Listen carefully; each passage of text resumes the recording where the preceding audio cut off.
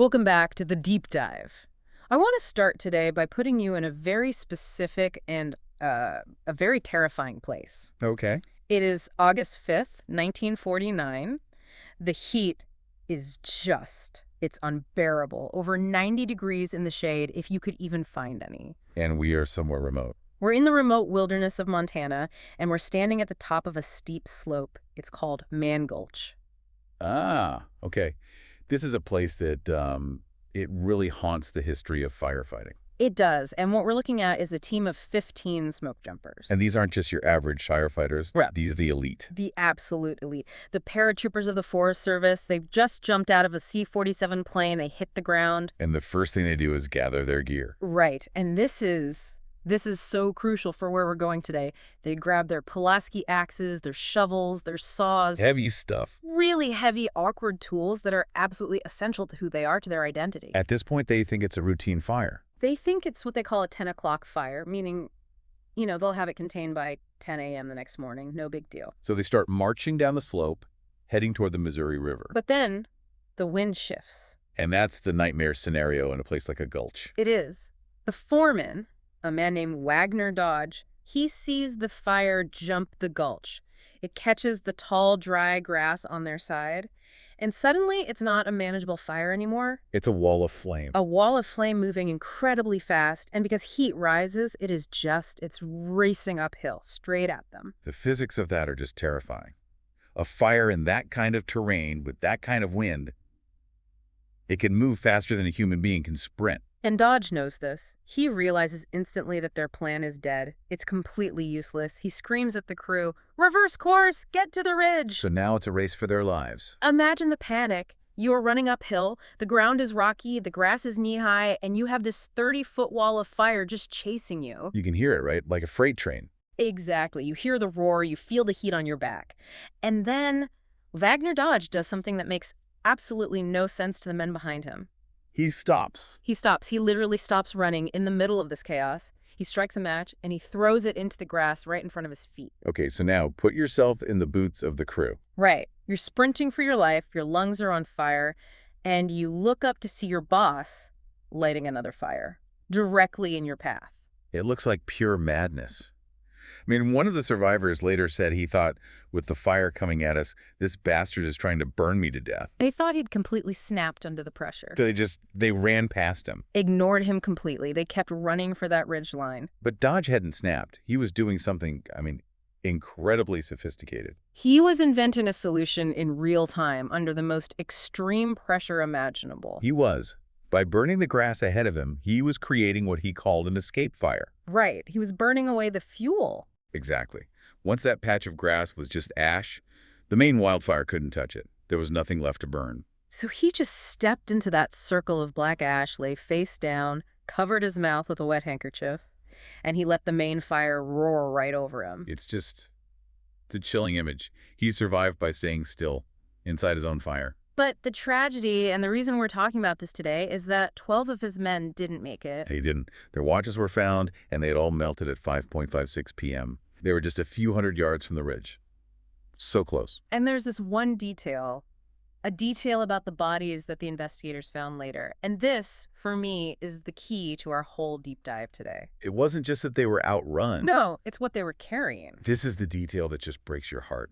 Many of the smoke jumpers, they were found still clutching their heavy tools. Still holding their axes and their shovels. They were running for their lives, uphill, against a fire moving faster than them, and they refused to drop their tools. Why? That's the question, right? Physically, dropping a 20-pound axe could have given them the extra speed they needed to make it, so why? Hold on. Because under that kind of extreme stress, we don't rise to the occasion. We sink to the level of our training. We revert to our habits. And a smoke jumper isn't just a guy. No, he's a firefighter. Without his tool, who is he? He's a scared man running away from a fire. Dropping the tools would mean admitting that the battle was lost, that they weren't firefighters anymore in that moment. They couldn't rethink their identity fast enough to save their own lives. And that right there, that is the metaphor that we are going to unpack for the next hour. We are diving into Adam Grant's masterpiece, Think Again. And the central premise is exactly this.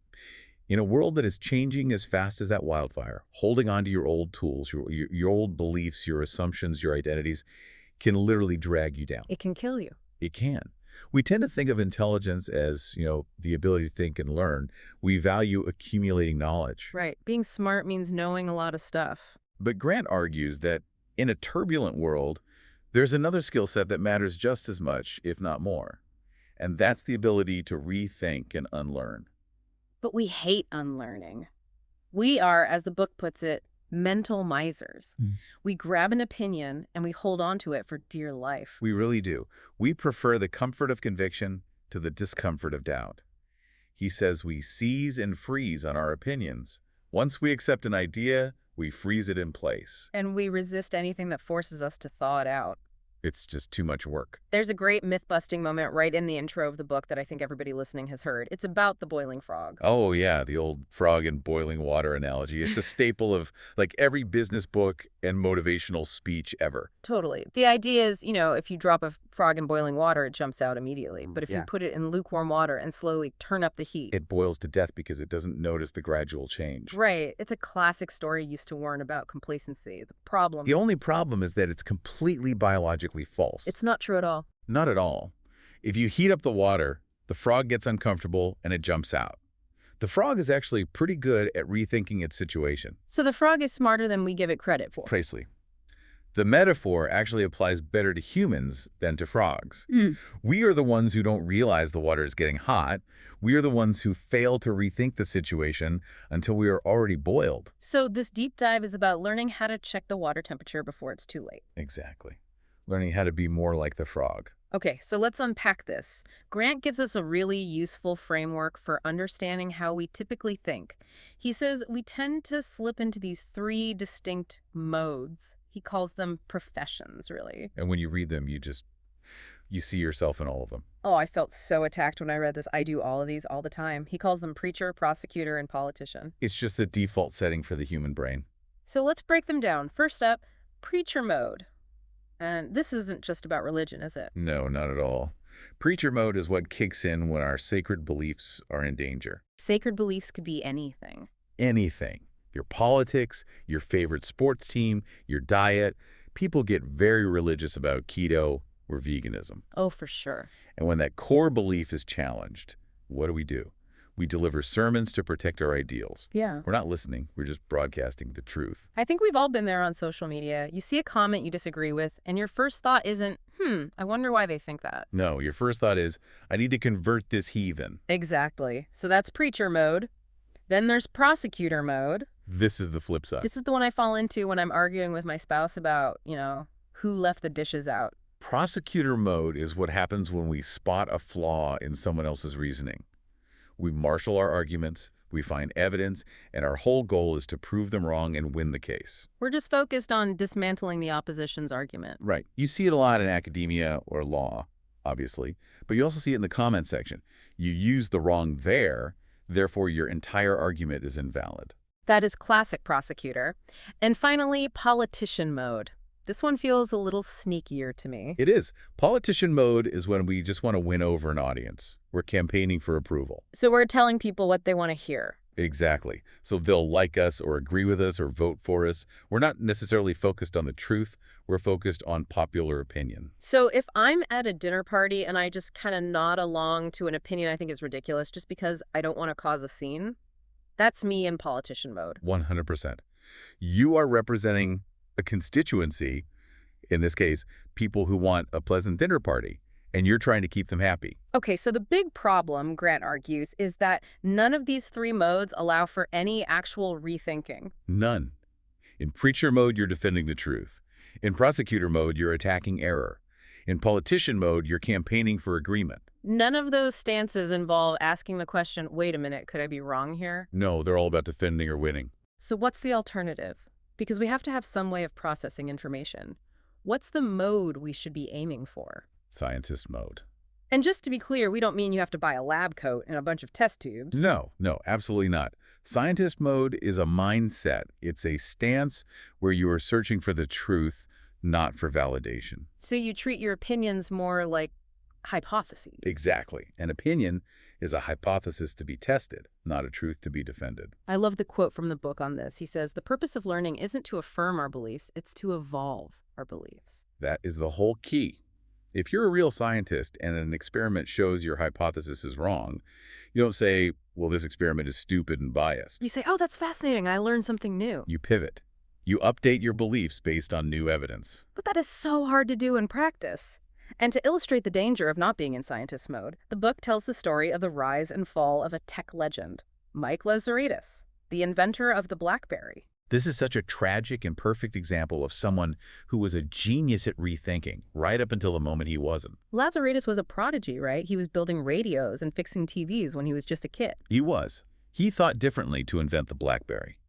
He challenged the entire status quo of mobile communication. Right. He was absolutely in scientist mode when he created that device. And I remember when the BlackBerry was the device, it was the Crackberry. Anyone had one. Presidents, CEOs, it felt completely invincible. It just dominated the market. But then, 2007 happens. Steve Jobs. Steve Jobs walks onto a stage and introduces the iPhone. And this is the moment where Lazaridis got stuck. He shifted out of scientist mode and straight into preacher mode. What was he preaching? He had a sacred belief.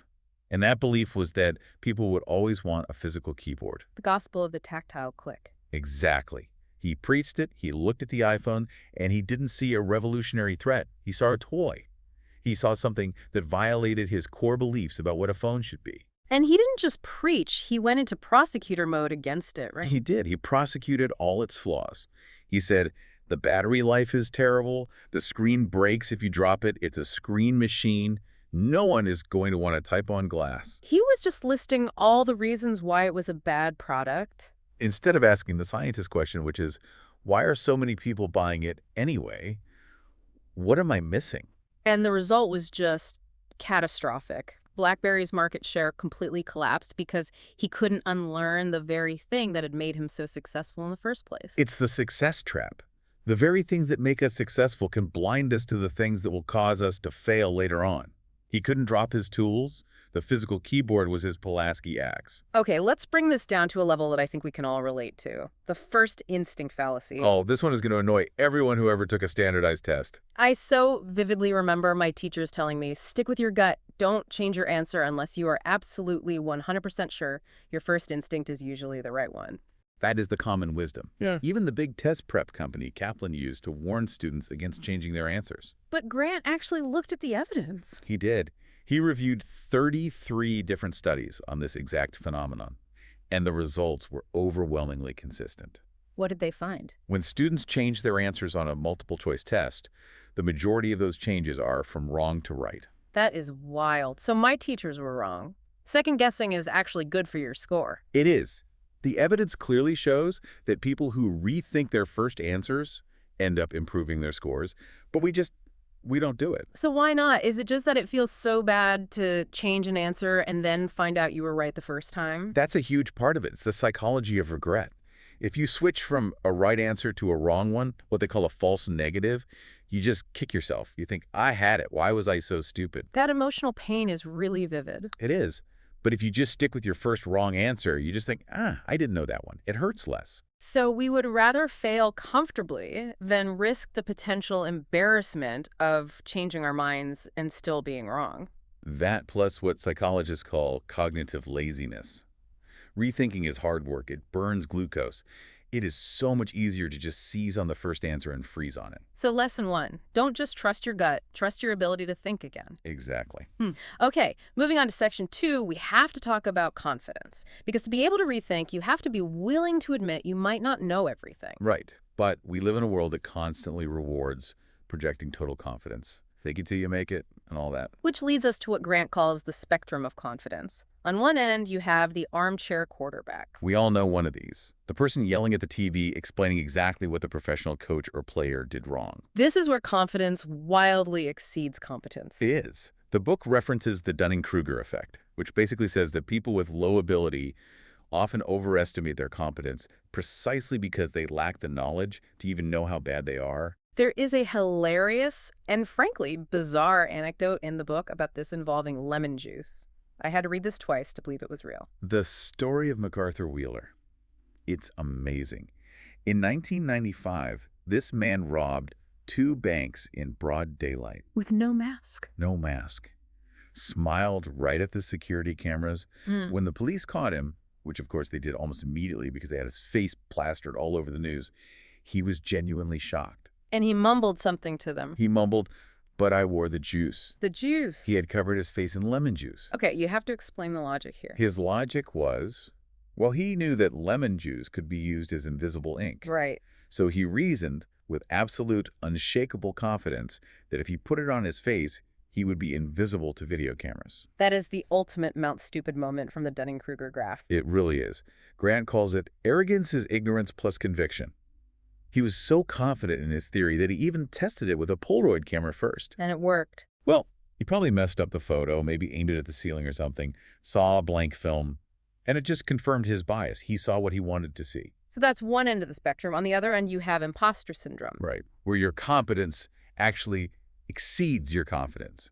You're good at what you do, but you constantly feel like a fraud who's about to be found out. And we usually think of imposter syndrome as this terrible thing we need to cure. But Grant kind of flips this on its head. He does. He asks, how can feeling like a fraud actually be a good thing? Yeah. Because it feels terrible. So what's the upside? It feels terrible, but it can function really well. He cites a study by a researcher named Basma Tufik on investment professionals. She found that the ones who reported having imposter thoughts actually performed better. How? They worked harder. They prepared more. They asked better questions. They didn't just assume they knew the answer, so they went out and looked for it. Mm-hmm. Their doubt fueled their diligence. So the armchair quarterback doesn't prepare because they think they already know everything. Exactly.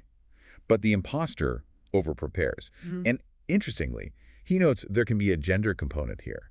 Men with imposter thoughts tended to compensate by collaborating more, asking for help, building a team approach. And for women? He says that sometimes women felt more debilitated by it, partly due to social pressures. But the core idea holds. The capacity for rethinking is inherently higher when you aren't blinded by your own perceived brilliance. So if being an armchair quarterback is dangerous and having imposter syndrome is painful, where's the sweet spot? Where do we want to be? We want to aim for the middle, for what Grant calls confident humility. Confident humility. That sounds like a total oxymoron. It sounds like it, but it's not. Yeah. It's about making a distinction between your self-confidence and your intellectual humility. Okay, break that down. You can have faith in your capability to learn and solve problems. That's the confidence part. While at the same time you realize that your current knowledge is incomplete and possibly wrong, that's the humility part. So it's I'm smart enough to figure this out, confidence, combined with I don't have the answer right now, humility. Perfectly put. It allows you to be secure enough in your self-worth to admit when you're wrong or when you don't know something, which is the prerequisite for all learning. Grant brings up this really memorable and kind of disgusting historical fact to illustrate how much we need to be willing to rethink established knowledge. Oh, I know where you're going with this. This involves tobacco Mhm.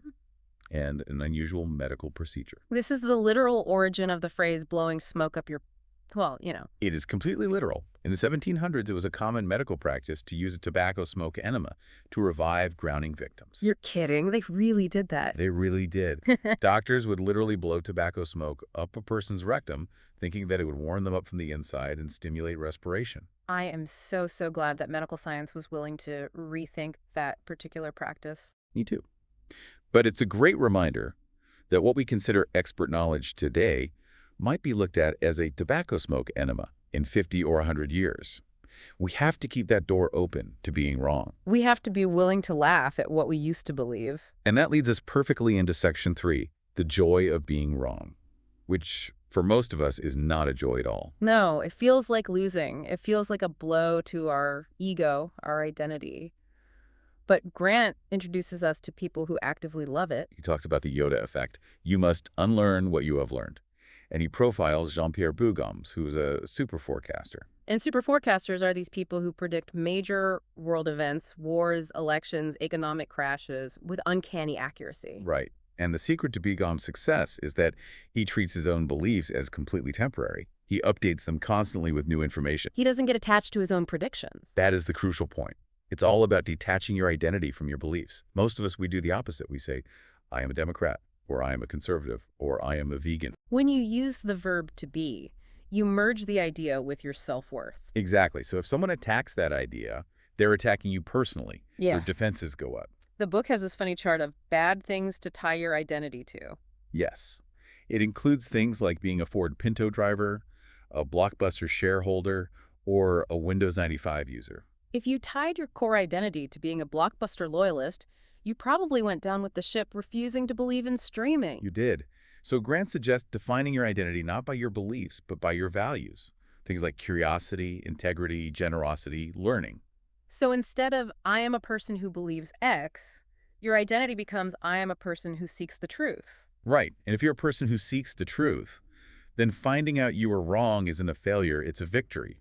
It means you found a new piece of the truth. You're closer to your goal. Now, being wrong often happens when we're arguing with other people, and Grant spends a lot of time on the nature of conflict.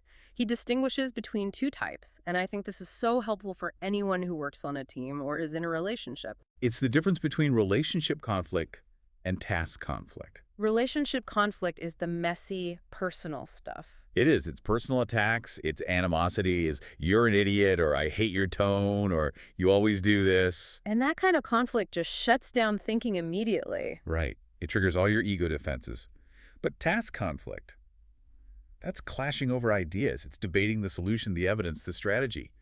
High-performing teams actually have a ton of task conflict. And the example he uses is the Wright brothers. Who were famous for arguing constantly. They would shout at each other for hours. But they weren't mad at each other. No, they were mad at the problem of flight. They were passionately thrashing out the issues. So they had very high task conflict, but very low relationship conflict. They knew they were on the same team. This brings up the idea of agreeableness. We usually think of being agreeable as a virtue, that polite, keep the peace kind of attitude. But if everyone is too agreeable, you get groupthink. You get everyone nodding along to bad ideas just to maintain social harmony. Grant argues that what we really need is a challenge network. A challenge network. I like that phrase. Who is in that network? It's the opposite of a support network. A support network gives you a hug and tells you you're great. A challenge network gives you a push and tells you you're wrong. These are the disagreeable people in your life. But who you trust. People who care about you enough to tell you the unvarnished truth, even when it's uncomfortable. Like the story of Brad Bird when he went to Pixar? Yes, that's a perfect example. When he came in to direct The Incredibles, Pixar was on this incredible role, but they were maybe getting a little complacent. They had a very smooth, agreeable process. And Bird didn't want smooth. No. He rounded up all the black sheep, the artists who were frustrated with the status quo, the ones who were complaining in the hallways. He weaponized the complainers. He did. He created a good fight club and unleashed them on the project.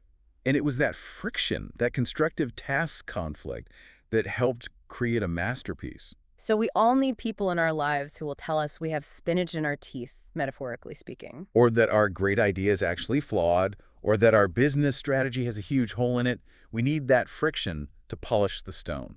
Okay, let's pivot. Section 4.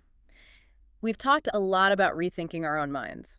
But what about opening other people's minds? This is kind of the holy grail, isn't it? How do you win a debate? How do you change someone's mind? Grant explores this through the story of Harish Natarajan, a world champion debater who took on an AI. Man versus machine. It was IBM's project debater. Right. And the topic was preschool subsidies. The AI had instantaneous access to 400 million articles. It could cite facts and studies faster than any human possibly could. So you think the AI would just crush him with data? And the AI basically used prosecutor mode. It just bombarded the audience with data, arguments, and statistics. It was a brute force logic attack. But Harish won. He was more persuasive. He swayed the audience more. How? What were the techniques? Because I think we all want to know these. He used techniques that seemed really counterintuitive. Yeah. First, he found common ground.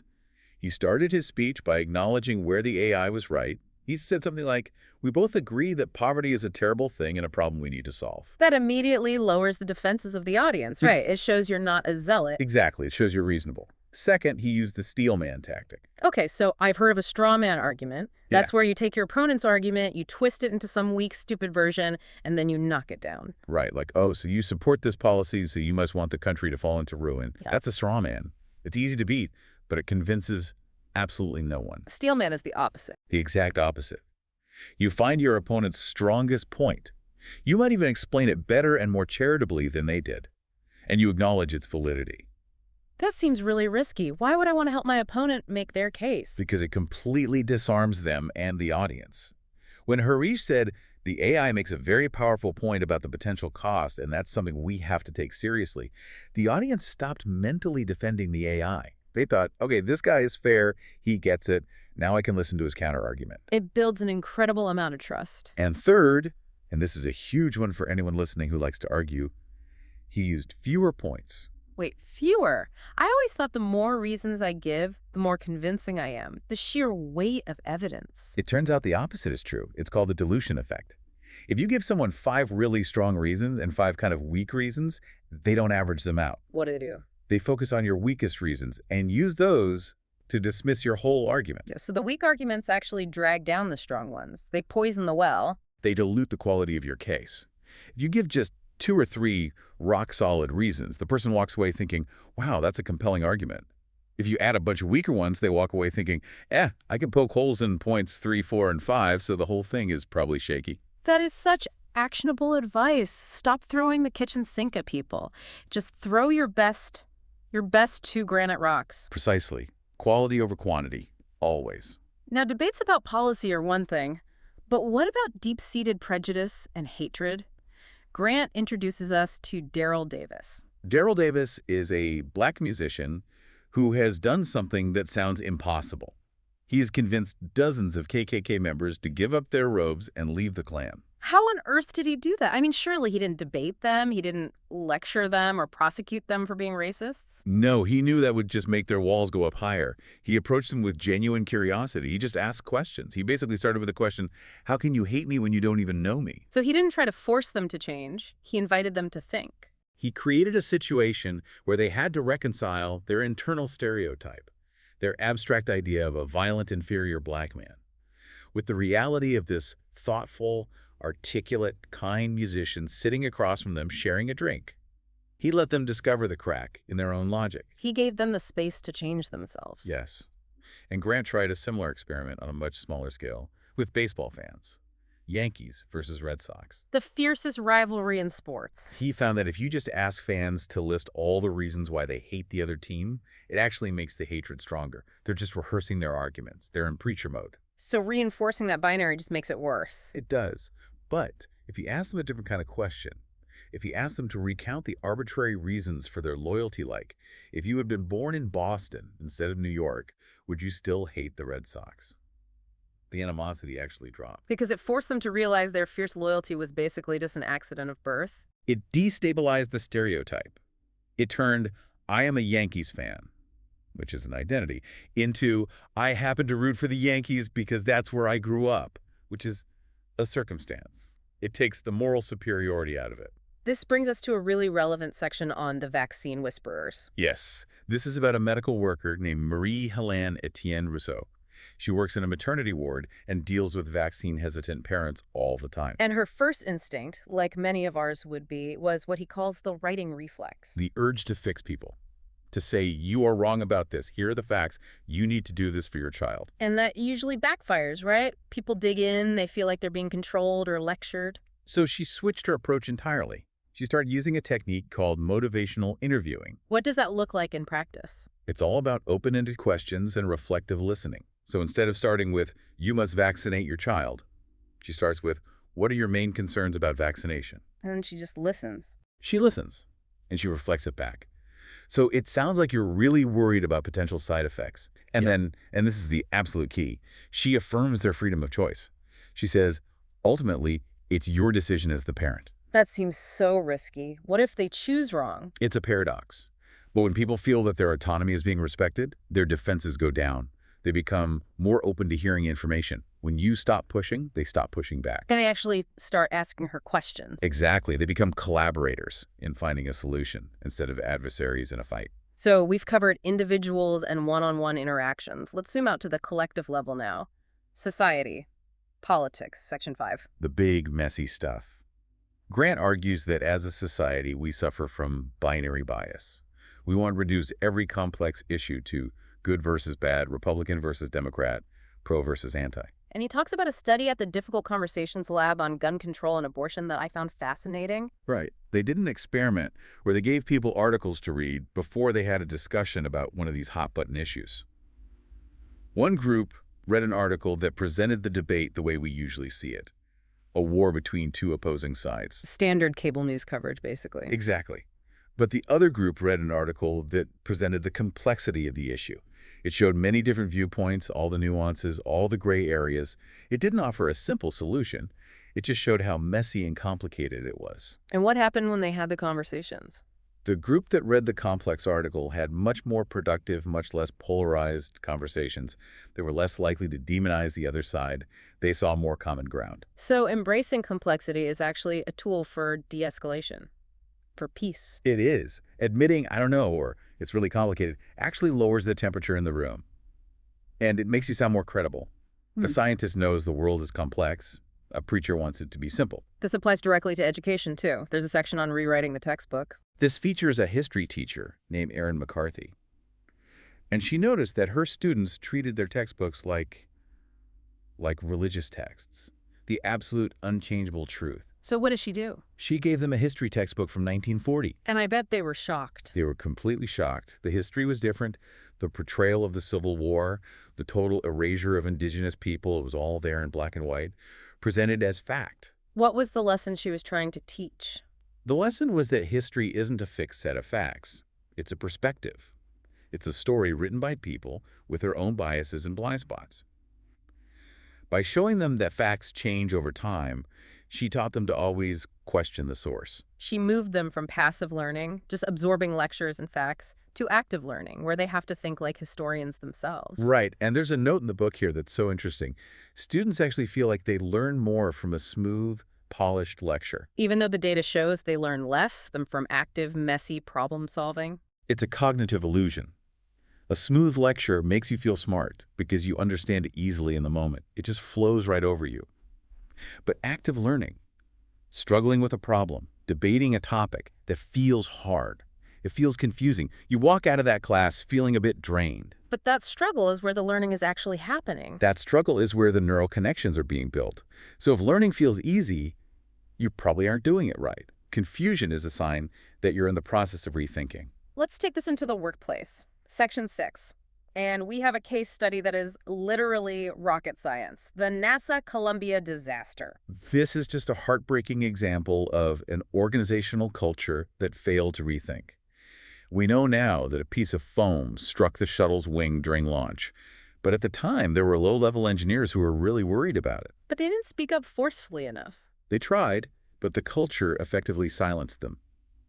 NASA had succumbed to what's called the normalization of deviance. What does that mean? It means they had seen foam fall off on previous launches, and nothing bad had happened. So they started to see it as an acceptable risk. They normalized the defect. The frog in boiling water all over again. Exactly. And the management was stuck in prosecutor mode. When engineers raised concerns, the managers asked, "Can you prove that this is unsafe?" Which is a really high bar. It's an impossible bar to clear, really, without better data, which they couldn't get while the shuttle was in orbit. A scientist culture, a learning culture, would have asked the opposite question. Can we prove that it is safe? And if you can't prove it's safe, you don't fly. Or you find a way to fix it. The burden of proof was on the completely wrong side. Right. And the book contrasts this with the culture at the Gates Foundation. Where Bill Gates is obviously this incredibly smart, incredibly knowledgeable guy, and that can be intimidating for employees. Right. People were afraid to challenge him or tell him his ideas were wrong. So he was unintentionally creating a bubble of agreement around himself. Exactly. So he had to actively rethink his own management style. He started explicitly encouraging people to tell him he was wrong. He had to manufacture psychological safety so that people would feel comfortable dropping their tools and telling the boss the difficult truth. This leads us to the final and maybe most personal section, careers. Rethinking our own lives. This one hits home for a lot of people. He starts by questioning the question we ask all kids. What do you want to be when you grow up? It seems like such a normal, harmless question. I ask my nieces and nephews that all the time. But Grant argues it can be damaging because it forces what's called identity foreclosure. Identity foreclosure. It pushes kids to settle on a single career identity, before they've even had a chance to explore the world or themselves.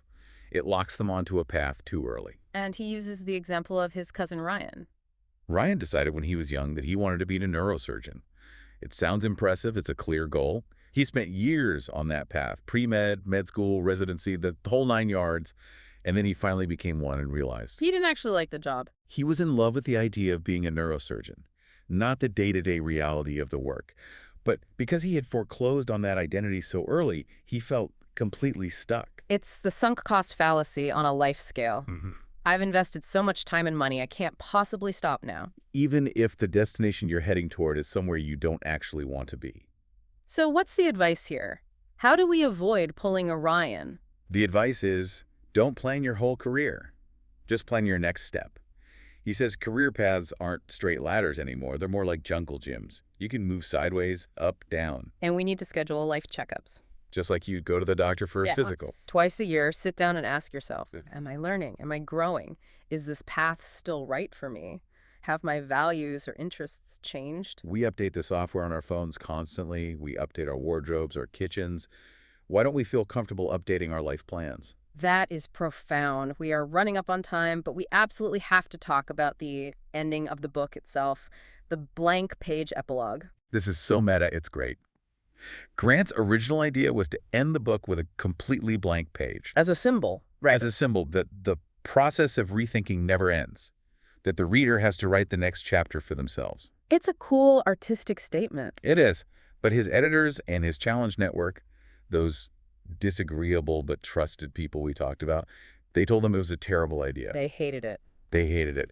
They basically said, Adam, people paid for a book, give them a proper ending, don't be cute. And he listened. He listened. He rethought his own ending about the importance of rethinking, and he wrote a real epilogue instead. That is just perfectly walking the walk. He killed his own darling because the evidence from his challenge network showed it probably wouldn't work. It's a perfect end note. So as we wrap up this deep dive, let's circle all the way back to Man Gulch. To the image of those firefighters running uphill, clutching their tools. We all have heavy tools that we're carrying. Maybe it's a political opinion you've held since college. Maybe it's a grudge you're holding against a family member. Maybe that's a career path you secretly hate but feel too committed to leave. Or maybe the heaviest tool of all is just the quiet, unspoken assumption that you're right about everything. The call to action from this book seems to be identify those tools, feel their weight in your hands, and then ask yourself the hard question, is this tool saving me or is it burying me? And to remember that wisdom isn't about knowing all the answers. Wisdom is knowing when it's time to start asking better questions. Check the water temperature, everyone. Thanks for listening to this deep dive on Think Again. We'll catch you on the next one. Keep rethinking.